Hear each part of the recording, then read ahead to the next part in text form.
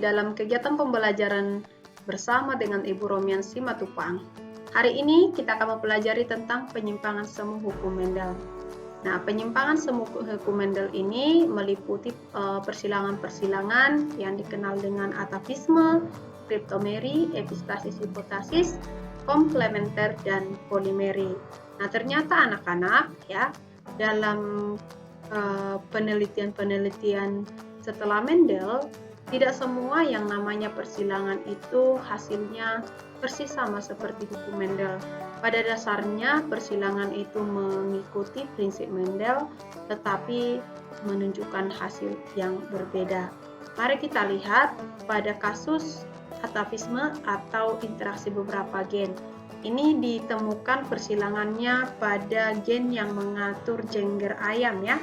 Ini adalah jengger ayam, bisa kita lihat di dalam gambar. Itu ada 4 jenis jengger ayam. Ada yang berbentuk biji, sumpel atau walnut, sama gerigi dan belah. Nah, kita biasanya tahu ya anak-anak, satu gen itu mengatur satu karakter ya, satu karakter. Namun kalau kita lihat dari gambar ini ya, dari penjelasan atavisme ini ada 2 gen yang berbeda yang mengatur karakter pada jengger ayam. Nah, contoh R kecil berinteraksi dengan P besar memunculkan bentuk biji atau pi ya. Kemudian jengger mawar atau gerigi itu adalah interaksi antara R besar dengan P kecil. Kemudian kita lihat untuk walnut atau sumpel itu interaksi antara R besar dengan P besar. Nah, untuk belah atau tunggal itu interaksi antara R kecil dengan P kecil. Nah, sehingga anak-anak ketika kita silangkan antara gerigi dengan biji ya, kalau di hukum Mendel hasilnya pasti salah satu dari induk. Tapi coba perhatikan ya, keturunan F1-nya tidak mirip dengan salah satu induk, tapi muncul sumpel atau sifat yang baru yang kita kenal juga dengan walnut ataupun sumpel ya. Nah, karena adanya interaksi R besar dengan P besar. Sehingga nanti anak-anak ketika kita silangkan F1 dengan F1 ya, kita melakukan persilangan F1 dengan F1 seperti yang dilakukan oleh Mendel juga dalam persilangan dihibrid ya. Maka kita bisa menemukan perbandingan fenotip itu masih tetap mengikuti hukum, masih tetap sama dengan perbandingan yang didapatkan Mendel, tapi yang menjadi letak perbedaannya anak-anak, kita menemukan individu baru ya, sumpel ya, ataupun walnut, dan yang paling dominan di dalam persilangan pada F2 itu adalah walnutnya. Oke, next. Untuk memahami lebih dalam lagi tentang atavisme ini, anak-anak bisa melakukan persilangan secara mandiri dari soal yang ada di slide. Kemudian ada yang namanya kasus epistasis dan hipostasis. Anak-anak coba perhatikan, gen epistasis itu adalah gen dominan yang menutupi gen dominan lain yang bukan alelnya.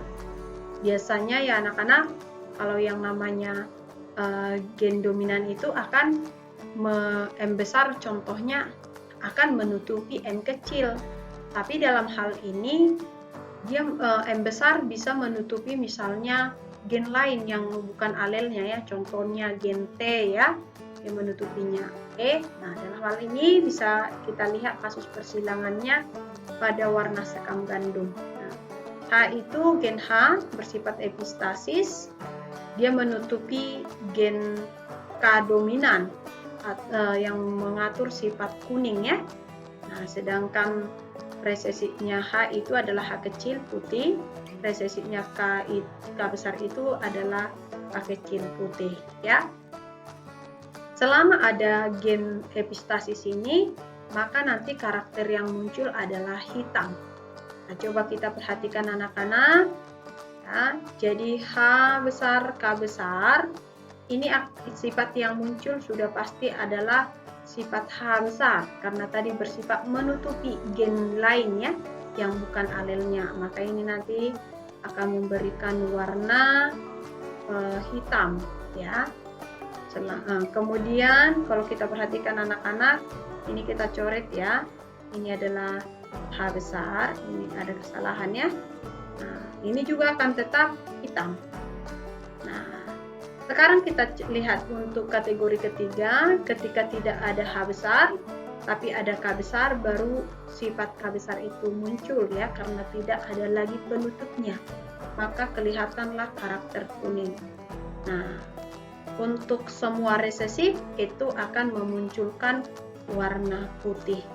Jadi dari persilangan ini kita bisa menemukan 3 sifat, ada hitam, kuning, dan putih ya anak-anak. Nah, coba kita lihat persilangannya. Ini adalah F1, F1-nya hitam, kita silangkan sesamanya ya. Maka kita akan menemukan perbandingan pada F2 itu 9 banding 3 banding 3 banding 1, tapi coba kita perhatikan itu adalah dari segi genotipnya anak-anak.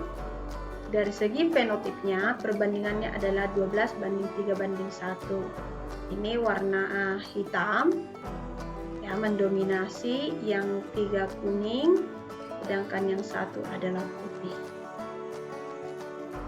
Sudah tahu letak penyimpangannya ya anak-anak? Silakan kalian nanti simpulkan. Nah, ini adalah soal aplikasi tentang kasus EPIS dan HIPOS. Silakan anak-anak untuk mengerjakan secara mandiri. Nah, kasus ketiga adalah polimeri. Polimeri ini adalah peristiwa di mana banyak gen ya, banyak gen yang berbeda. Dia berdiri sendiri tetapi mempengaruhi satu karakter ya. Satu karakter. Makanya anak-anak kita perhatikan dalam gambar ini ya. Contohnya M1 mengatur merah, M2 besar juga merah ya. Mereka merupakan gen yang berbeda tapi mengatur satu karakter ya. Resesifnya M1 putih, ini M1 putih. Maka kita lihat dari persilangannya anak-anak, ketika warna merah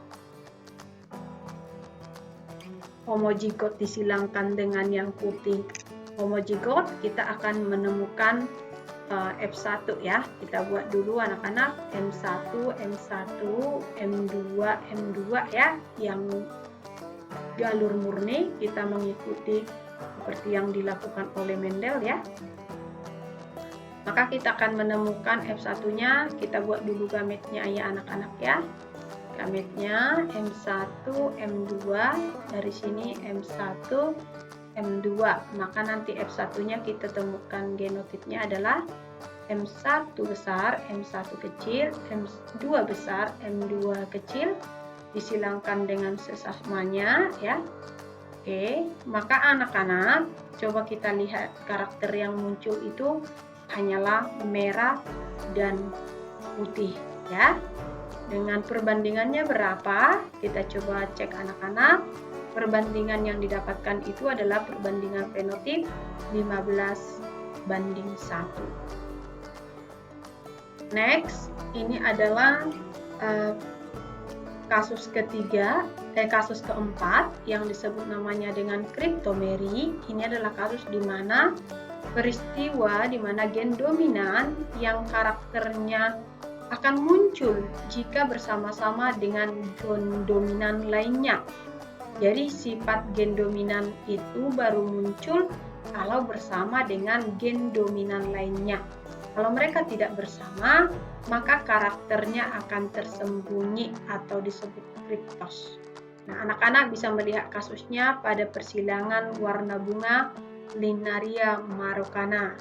Nah, di sini anak-anak bisa perhatikan gen A besar itu adalah gen yang mengekspresikan pigmen asli yang dia ini adalah pigmen ungu ya anak-anak.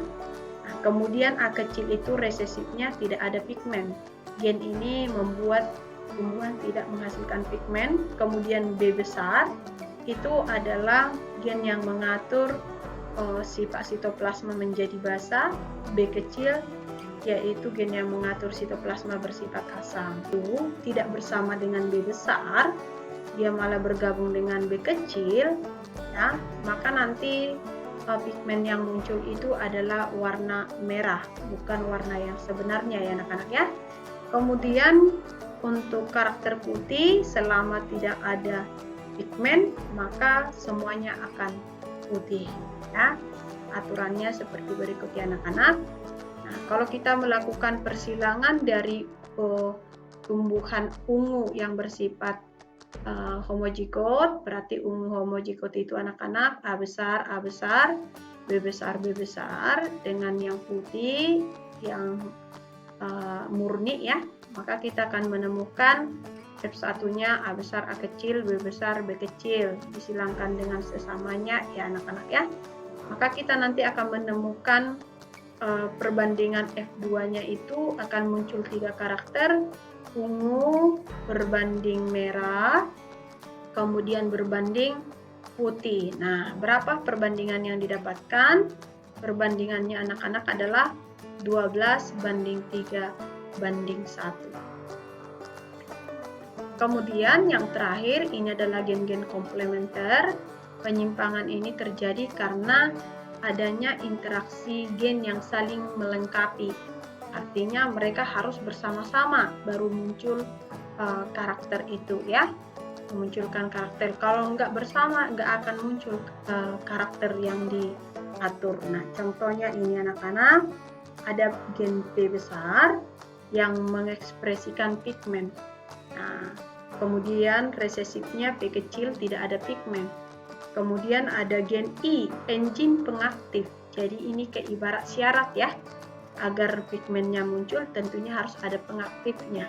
P kecil tidak ada pigmen, mau bertemu dengan pengaktif pun tidak akan ada warna yang muncul ya. I kecil tidak ada enzim pengaktif. Nah, jadi warna ini ungu ini muncul jika ada interaksi antara P besar dengan I besar yang saling melengkapi ya, saling melengkapi.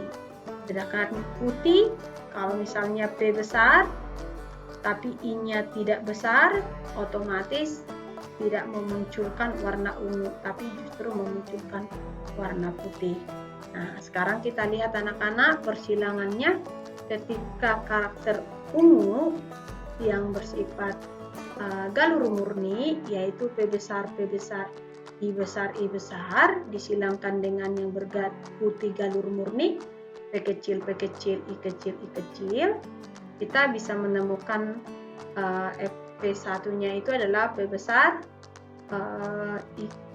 P kecil, I besar, I kecil ya. Kita silangkan dengan sesamanya, maka kita nanti akan menemukan dua fenotip, yaitu ungu berbanding putih. Perbandingannya anak-anak, mari kita lihat ya. Perbandingan antara ungu dan putih adalah 9 banding 7 ya. 9 banding 7. Nanti anak-anak bisa melakukan persilangannya. Nah, ternyata kasus komplementer ini juga ditemukan pada kasus bisu tuli pada manusia anak-anak ya, yang mana bisu tuli itu diatur oleh gen R dengan gen B, di mana R harus bersama dengan B besar baru normal. Kalau tidak bersama maka akan menyebabkan penyakit bisu tuli ya. Kalau kita lihat ini anak-anak, bisu tuli ya, contohnya R besar dengan B kecil tetap bisu tuli, R kecil ada B besar, bisu tuli juga. Nah, kalau dilakukan persilangan bisa menghasilkan individu yang normal karena R besar sekarang bertemu dengan B besarnya, jadi memunculkan individu yang normal. Nah, bagaimana kalau orang yang normal kita silangkan dengan orang yang normal ya anak-anak? Nah, ternyata kita bisa mendapat perbandingan pada F2-nya itu 9 banding 7. Ini hampir 50-50 ya anak-anak ya. Hampir 50 banding 50 ya. Artinya peluang orang normal untuk melahirkan anak yang bisu tuli juga cukup besar jika dalam keadaan normal heterozigot ya. Nah, baik anak-anak, itulah 5 bentuk penyimpangan semu Mendel ya. pada persilangan di hibrid. Nah, mungkin anak-anak bisa berlatih dengan soal-soal yang ada di buku kalian. Sampai di sini pembelajaran kita. Selamat bertemu di pertemuan berikutnya. Salam sejahtera, Tuhan Yesus memberkati.